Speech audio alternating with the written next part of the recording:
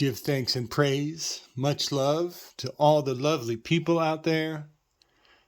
Today we are going to bring to bear a broad amalgamation of assorted wisdom that I have accumulated over the many years of alternative research.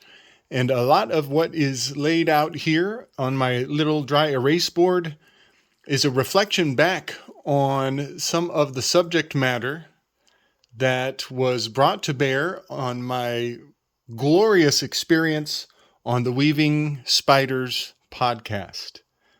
I was invited onto their show and we went so deep, just a broad spectrum of wonderful minds, bringing so much information into context. And for 5.5 hours, we scratched that itch. We went in on the many sordid curiosities of the nature of the reality of the place we live in. And so many great points were made in the show. And you will, if you just take a minute and watch the 5.5 hours of what we laid out. I have brought a lot of points from that experience into this video I want to make today. And overall, the subject matter today will be Orion, the constellation Orion, and its dynamic interplay with the constellation Ophiuchus. That was one of the subjects we spoke of. And I want to put the mythology of Orion, the hero, the hunter, versus Ophiuchus, the beast of the field, if you will, the snake charmer. I'm going to put it into context. I want to show how these archetypes are perpetuated in our culture, in our art, and also in our politics and the shit show of the world stage that we are just gawking at on a daily basis. So overall, I want to put the dynamics of those heavenly bodies into the context of, first I will start off with the movie Kill Bill. And I know there are two movies, that's your two towers. That is also part of the theme we will be looking at. The dynamics of opposites. You got your Kill, Bill,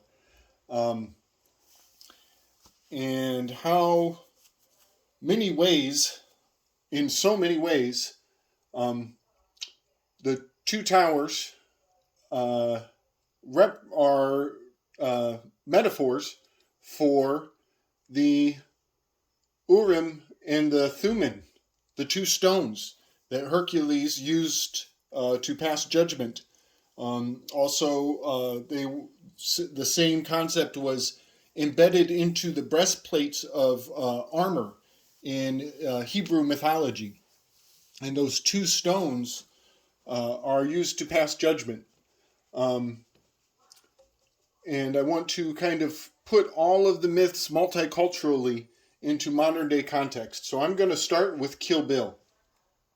And I believe that the movie Kill Bill was, first of all, it was predictive programming beyond a doubt, beyond any shadow of any doubt whatsoever. There was a program being run. And, if you didn't know already, the word trigger did not become a verb until after Manchurian Candidate was released into public consciousness. And that is probably one of the most profound factoids I've ever heard of. But I have good reason to believe that using the concept of trigger as a verb goes much further back than that movie Manchurian Candidate. They have been triggering proxy warriors through the use of myth and legend and stories for much, much, much longer than we'll ever know. So I just want to put all of that out there that, first we're going over Kill Bill, and we will dig into the Urim and the Thummim, and we will be discussing, the implements of magic multiculturally, and also we will be breaking into that duality of the two pillars. So starting with Kill Bill, we definitely have, that planting of the seed in that title, Kill Bill. Right now there is a particular individual named Bill who is quite the trigger, who, certain results of certain fruits of his labor are yielding a poison upon the consciousness of humanity. And, it's coming after the children. And that right there is quite the trigger. And for this idea, for this title to be placed in the consciousness well before the events that are happening today, that are unfolding, it really gives amazing 2020 hindsight. And that's an understatement. So I just want to point out, some aspects of the movie that take on a new light with our 2020 advantage of where we are today. So first off, Kill Bill, we have 1111 was released on 10-10, and it was 111 minutes long. That right there makes 9 ones. 1, 2, 3, 4, 5, 6, 7, 8, 9. There's 9 ones in that little snippet of information. And 9 and 1, that's a alchemical wedding of epic proportions. And, there are certain souls out there who are taking the initiative, who are owning the meaning of this. This is not our enemy. It can be an implement for us to harness. It doesn't have to be, automatically demonic. It can be its own wisdom and insight to get your head around what this 1 and the 9 are used, have been used, and will be used in the future. Knowing your enemy is crucial, and taking the power away from your enemy is the value of knowing these codes. So let's move forward. In the movie Kill Bill, I will be jumping back and forth between the first and the second Kill Bill movies. And I've said before, here's a nice disclaimer before we go in deep. When dealing with duality, it's very dangerous because you can either get it 100% right or you get it 100% wrong. And that is the trick of dealing in duality. You're either 100% right or 100% wrong. There is no 50-50, you almost get it. We are dealing in duality, so the stakes are high. It's all or none when you deal in duality. Just saying. Putting that out there. All or none. All right. So she wakes up from a coma. I believe that is predictive programming for a lot of individuals who have been asleep at the wheel for a very long time and have to realize that they've been getting fucked by, I think his name was Buck, Starbucks. You've been getting fucked by Starbucks, and now you've got all kinds of horrible chemicals that you've been consuming. That's Starbucks. That's Starbucks. And the particular individual named Bill, that we're dealing with, his empire was built upon an arrangement with the owner of Starbucks. You know, that the owner of Starbucks was about to buy into the Gates family fortune, and a deal was struck. And instead of getting in the way of the Gates family plan, he was redirected, and he built his empire on Starbucks. So now we wake up and we find out that we've got glyphosate in our coffee, you know, and Buck has been fucking us all along. So there's that. And what did she do to Buck? She spilled his blood on the doorway. You know, there's your initiation, there's your Passover ritual. She smashed his head in the door. She sacrificed him and spilled that blood on the doorway. So, quite a Passover ritual in the scene of her waking up and killing Buck, and quite a modern day reflection to be gleaned with 2020 hindsight. So, she gets on a plane, and everybody on the plane is carrying swords on their hip. You know, that's your vaccine passport. That's your vax to fly. That's your, the uniformity, a uniform commercial code of dangerous proportions. She has to go and fight against the Viper gang. And I'm quite convinced that this fighting against the Viper gang that is run by Bill, that Bill owns, that is the medical industrial complex. Bill is Ophiuchus, the antagonist of Gilgamesh. Ophiuchus, we mentioned in the Weaving Spiders, Ophiuchus is Enkidu, and Gilgamesh is Orion, the hunter, the champion. I will point out that Uma Thurman wears gold, yellow. That is the Cleonian lion that Hercules wears, the shining golden light of the day. So, real quick point, in the sky clock, I brought this up in the sky clock, Orion is up here, right between, I believe, Taurus and Gemini. And Ophiuchus is down here in, let's see, it's interesting that they're two O's, Orion and Ophiuchus. So they are in opposition to one another. And so, to be technical, here's your equatorial, or your equinox. So Orion is in the day. The shining light of the sun is gleaming off of the Cleonian lion.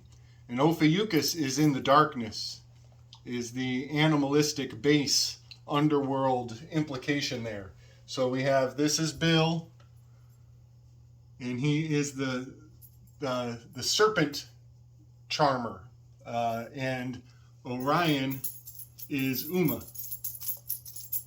up above. So we have the Urim and the Thummim, the duality, the two pillars. So she's going up against the Viper gang plus Bill, and that is Ophiuchus, the charmer of the snakes. She has to kill the Crazy 88, is a Yakuza clan that protects one of her targets. Well, the Crazy 88, you add 8, you get your 16, you add the 1 and the 6, you get the 7. That's the 7 Pleiades. And Orion is depicted with two dynamics. He's either chasing after the Pleiades, which are on his right-hand side, ahead of him on the wheel here, or he's facing the bull, going against the bull in the other direction. So facing Taurus, that's facing Bill. That's facing down Bill. And chasing the Pleiades, that is pursuing after the Crazy 88. And I am quite convinced that The Crazy 88, if you know of that scene in the movie, that has much to do with predictive programming of organ harvesting. When she gets done taking out the Crazy 88, she tells them that they must leave their limbs behind, and they belong to her now. So she is very much playing out this bow hunter, the bow hunter. Moving forward, Five Finger Death Punch, the very last scene in the entire movie where it all culminates. You know, the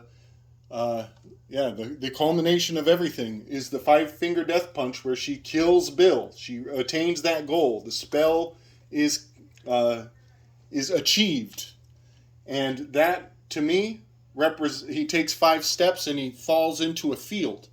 That is the Five Finger Death Punch, representing the 9/11, the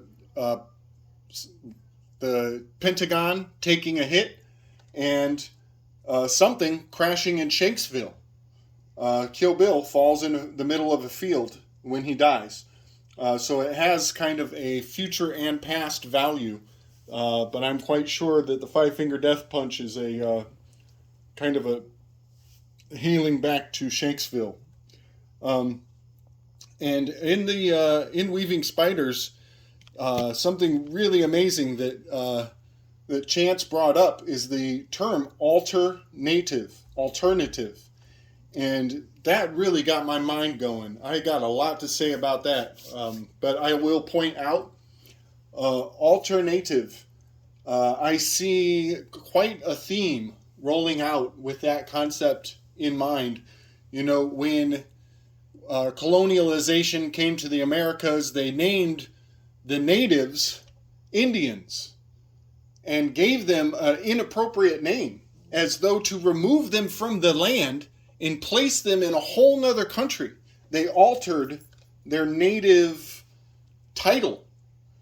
I do believe that there were, black people got here on their own. They didn't need to be shipped in like a bag of goods and brought to America.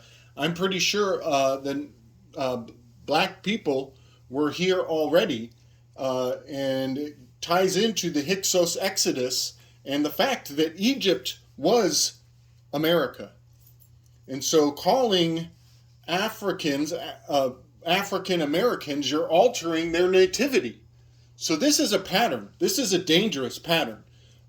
Taking somebody's source away from them. You're altering their native origin. You're removing them from their own roots and telling them they belong somewhere else. So calling indigenous people in America Indians, and calling the black people who are already in America, calling them Africans, you're removing them off the land.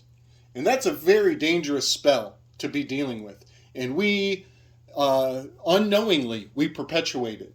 So I want to talk about that alternative. In the movie, there's a scene where she's fighting Lucy Liu, I think. I think that's who she's about to fight. And there's a line where the Japanese woman, she is offended about her native origins. She chopped somebody's head off because they question her origins at some point. Well, then she turns around and she projects onto Uma Thurman and says, "Silly Caucasian girl who likes to play with samurai sword." I want to point out, we are looking at the spell once more. The Caucasus women are brilliant sword wielders. If you look up Caucasus swordsmanship, Caucasus dance of the swords, you will find out that Caucasians have every cultural right to be total badasses with a sword. And so I believe that there is, a lot of fuckery around people's native right to have cultural access to certain technologies. People get upset when they see white folks with dreads. Well, guess what? Nordic regions were very much into the wearing of dreads. It's not strictly a matter of the color of your skin. And Lord knows at this point, we all got a little bit of every color in our soul. So I just wanted to point out that alternative is that was brilliant, Chance. I'm glad you said that because it really fulfilled. It gave words to a concept that I needed to put a name to. So altering people's nativity is quite a pattern, and it really generates confusion in this in the timeline mix-up that a lot of us are dealing with. So that is the premise for where I'm going to take our line of reasoning in this on this particular installment. I believe that Orion is Gilgamesh, is Uma Thurman, and she is battling against Bill Gates, David Carradine, and Enkidu. We have this oppositional mythology being rolled out. They're rolling out the program once again, and it has its predictive value when we look back with 2020 hindsight. But I want to take it from here and discuss how all of this plays into the Urim and the Thummim. And we know Uma Thurman was the actress who played this role. And so I'll cut it there, and then I'll start to fulfill a lot of the prophetic value of what the Urim and the Thummim actually mean. And we'll really delve into that 50-50 duality, the sun pillar, moon pillar, the black and the white. Much love, y'all. Highest regards.